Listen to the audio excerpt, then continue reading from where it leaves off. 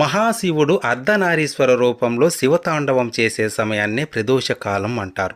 సకల దేవతలు ఈ సమయంలోనే కైలాసంలో స్వామిని దర్శించుకుంటారు.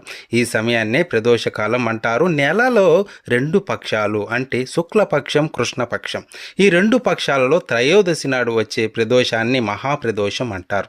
ప్రదోషకాలం ప్రతిరోజు ఉంటుంది. సూర్య అస్తమయం తర్వాత 2 గడియలు అంటే 48 నిమిషాలు ప్రదోషకాలం ఉంటుంది. ఆ రోజు సాయంత్రం శివాలయానికి వెళ్ళి శివాభిషేకం చేసిన, శివ ఆరాధన చేసిన సాధారణ రోజుల్లో వచ్చే ఫలితం కంటే 10 రెట్లు ఎక్కువ ఫలితం వస్తుంది.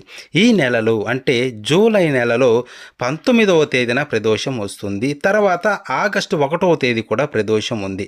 ఈసారి వచ్చే ఈ ప్రదోషం శుక్రవారం వస్తుంది కాబట్టి శుక్ర ప్రదోషం అంటారు. శివుడు శివతాండవం చేస్తుండగా నందీశ్వరుణ్ణి ఆరాధిస్తే శివుడు సంతోషించి విశేష ఫలితాలను ఇస్తాడు.